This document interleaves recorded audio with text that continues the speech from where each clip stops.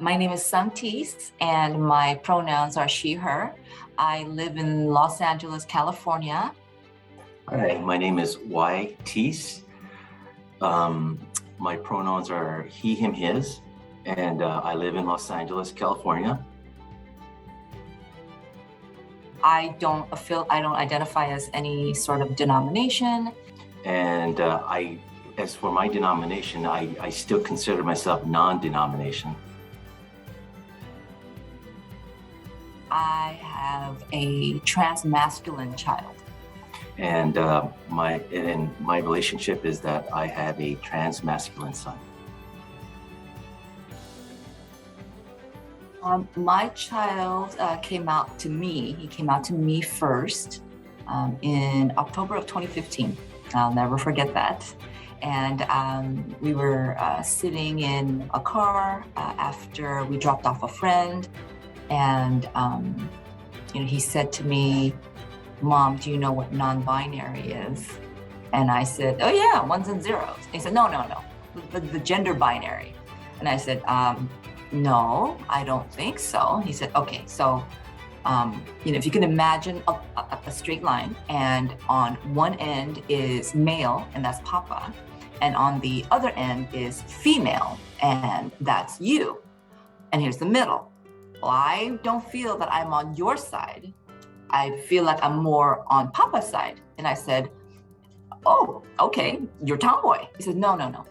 A tomboy identifies or thinks of themselves as a girl and likes boyish things, and whether they outgrow it or not, it's whatever, but I don't feel that I am a girl.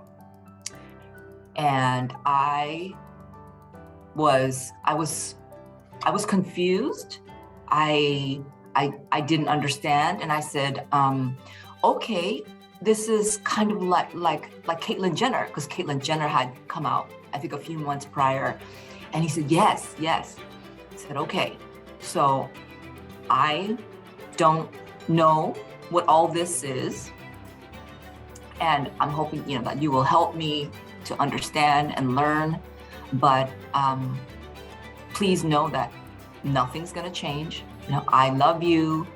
Your dad's gonna love you. Your brother's gonna love you." He had already told his brother. We didn't know this, but nothing's gonna change. And in the dark, I could see his shoulders just relax. And I said to him, I said, "Did you think that I would reject you?" And he said, "Well, just a tiny, like 99.99% of me, knew that you wouldn't, but just that tiny little bit thought, what if?" And that was devastating to me, that he would think that I, his mother, who loved him before he was born, would think that all of a sudden I would change and stop loving him and reject him. So that's how I felt when he came out to me. How I found out when Kai came out, he didn't tell me. Of course, he has a better relationship with Mom. So, Mom, Sung here came up to me and told me and said, "Hey, I just want to let you know, Kai came out to me and he said he's transgender." And I'm like, "Whoa, okay." I mean, I don't even think that was even in our vocabulary at all, or even thinking about anything like that. So, when I found out, immediately he was in his room. I remember, and of course, his door was closed, and I knocked on the door, and I came in, and and I said, "Hey, Kai, whatever you're going through right now, I don't know what it is, but I love you, and we'll go through this together." And I hugged him, and then I let him be, and I closed the door.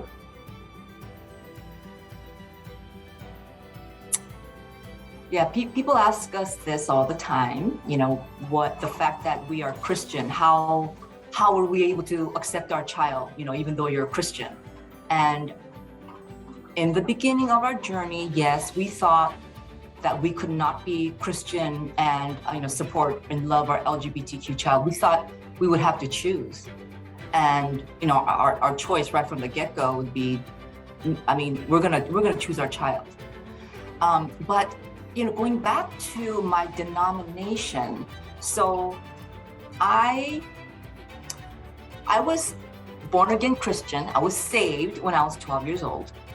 And what attracted me to Christianity, even though my mother was Buddhist, I was not raised Buddhist, but my mother was Buddhist. My father didn't have any religion, but the fact that Jesus loves you just as you are, the way, all of your imperfections,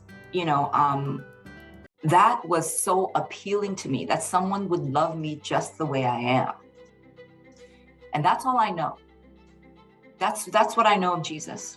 He loves me for who I am, who I was, who I will be, whatever. So that is the part that I hold on to.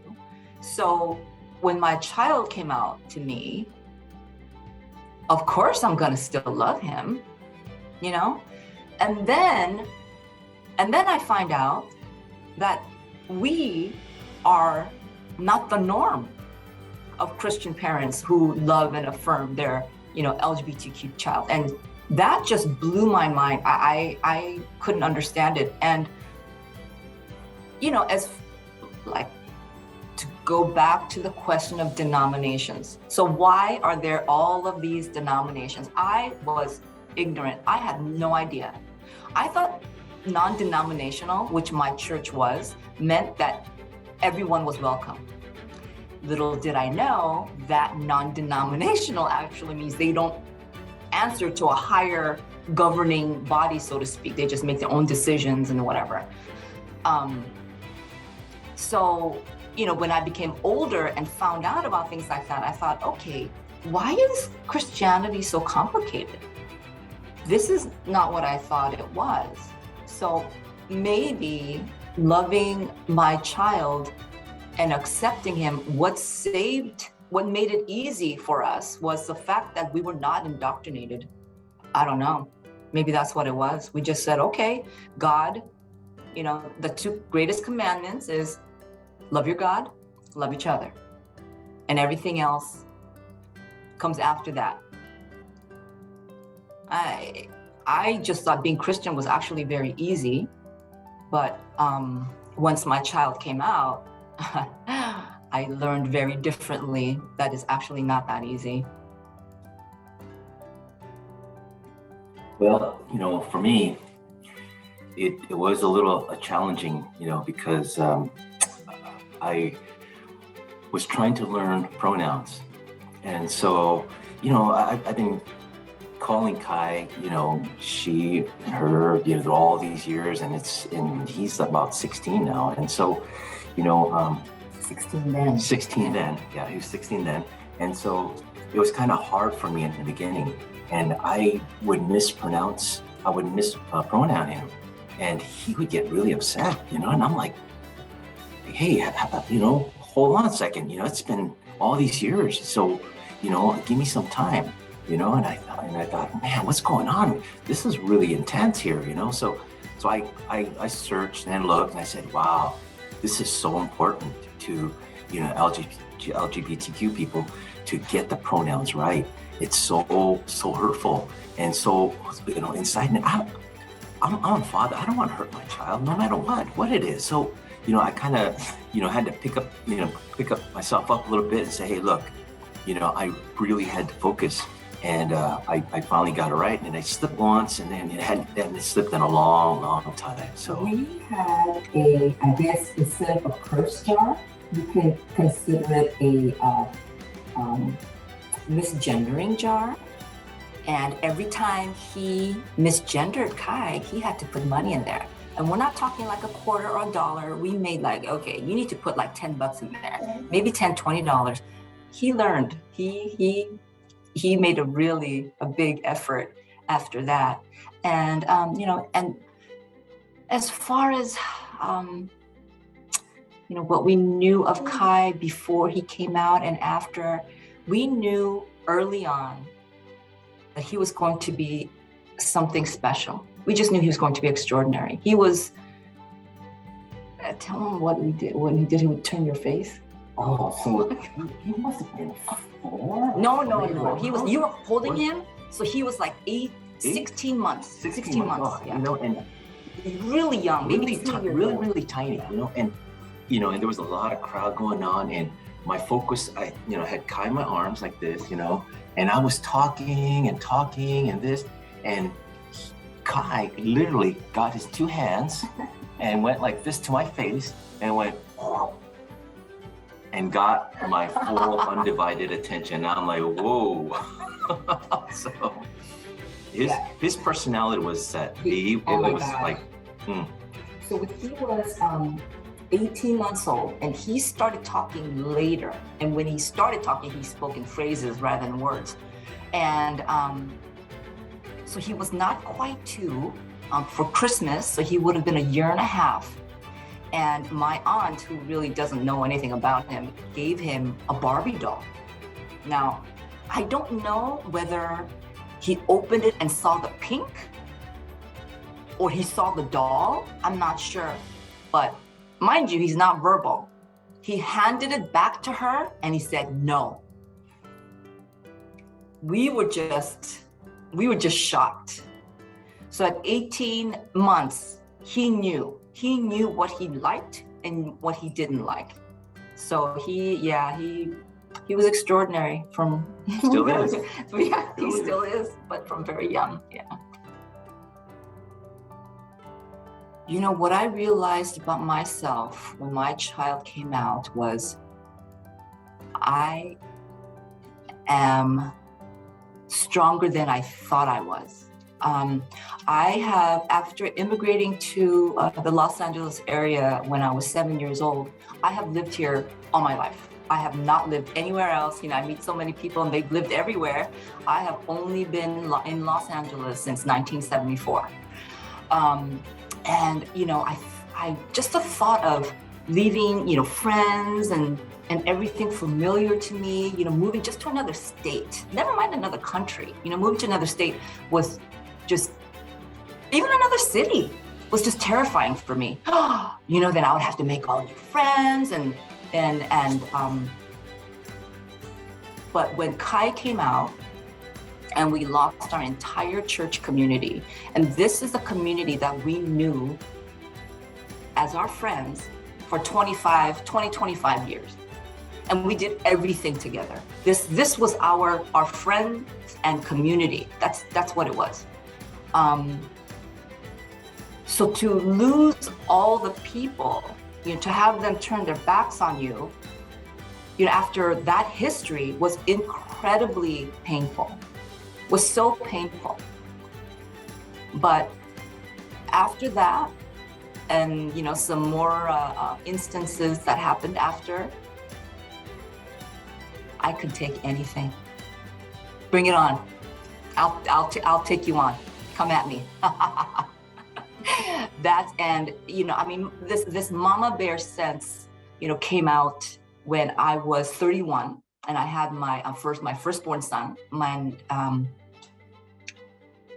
So that mama bear came out, but when Kai came out, and like I said, it was shocking to me that parents would reject their kids. I knew, of course, how the LGBTQ community was not, they were vilified by the church and all that stuff, but I never really took it to heart because, well, it doesn't impact me, right? It doesn't impact me personally,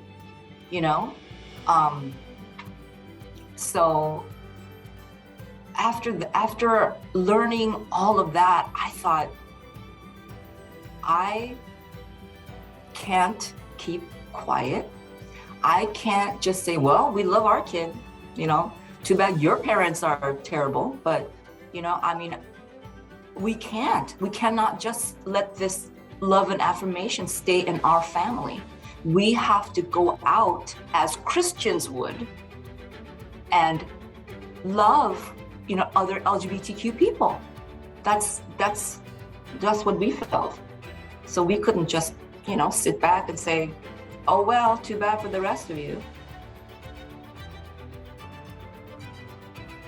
you know, sitting in church right after we found out, and it's this one song that always just I don't know the song. I'm bad with lyrics and I can't sing, but I just know this one song where it's saying, God made you beautiful the way you are.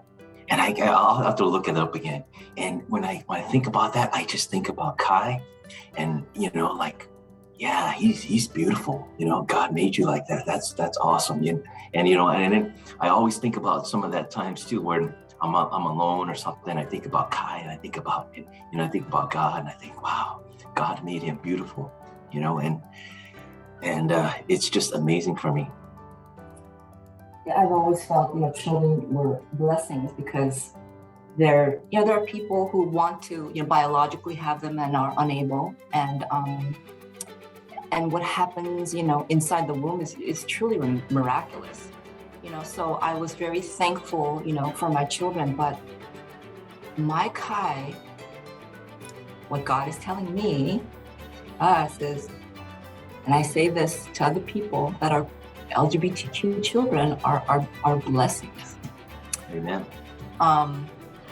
Because before Kai came out, we were in this rut of what we thought was being Christian. Go to service on Sunday, maybe a Wednesday prayer meeting, serve in the church, teach Sunday school, and be an usher. I was an usher, I was a deacon. And one day I said to God, this is it? This is what being Christian is about? I swear, be careful what you ask for.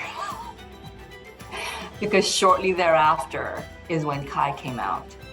And I learned how some Christians just paid lip service. Sunday school Christians, right? Or Sunday Christians. Like they say, going to the gym doesn't make you fit. Going to church does not make you Christian. So what Kai has taught us, our life, even though, yes, we lost that community that we had, the people that we know now who are in our lives, our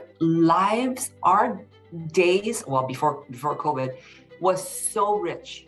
Amazing. And the fact that all we were doing, we weren't doing anything extraordinary. We were just sharing our story, and that people would get comforted by that, find hope in that. That is just, I just don't feel like it's a gigantic thing that we're being asked to do. Yes, it can be triggering and, to think about all that. But in the end, compared to what some people go through, what people do, what LGBTQ people go through on a daily basis, this is nothing. We think we have our lives hard, like our life is hard. No, it's not. Especially for LGBTQ people who are in minority groups, Asian communities, and trans, especially, people in the trans community. They are in a marginalized group that is marginalized within a marginalized group. The intersectionality, the layers, and we would have learned none of this had it not been for Kai. We would have still been, in our Sunday school, thinking that we're doing the Christian thing, what Jesus wants us to. I wouldn't have changed anything. I would not. We would be the same in that same pew, sitting there listening to the same sermons, don't sin, be good, tithe. Doing the things that like you said, you meet new people, you touch new people, you encourage people. We weren't getting into that before Kai came out. It was just dead.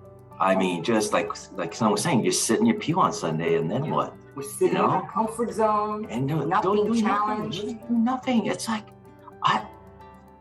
nothing touching the heart. I don't know. That's just me, but I'm just saying, nothing was nothing. And now it's just amazing, the people that we met. And and the people that we meet, it's true love, it's true friendship, it's true reaching out and talking to our community and seeing each other, and it's way more than anything that I could have thought of or think of that I would be in this situation.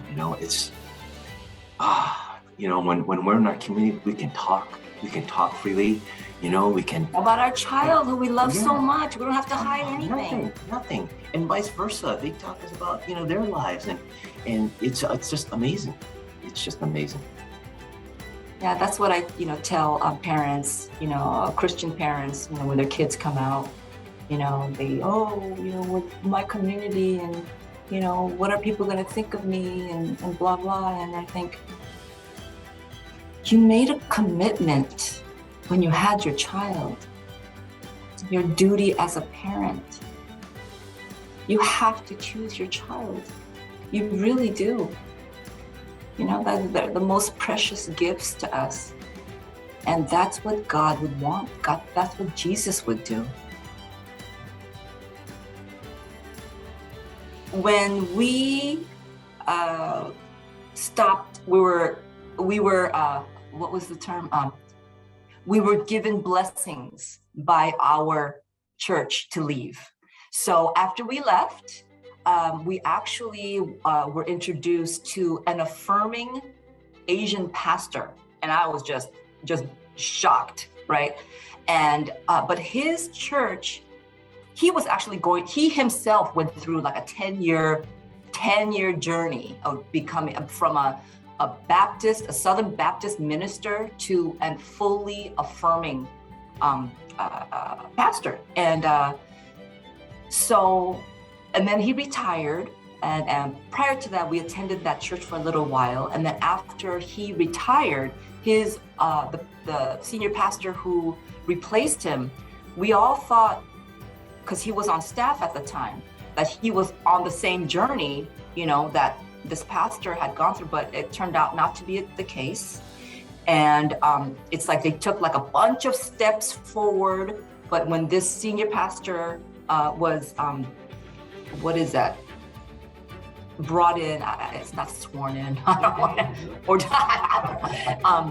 they took many steps back.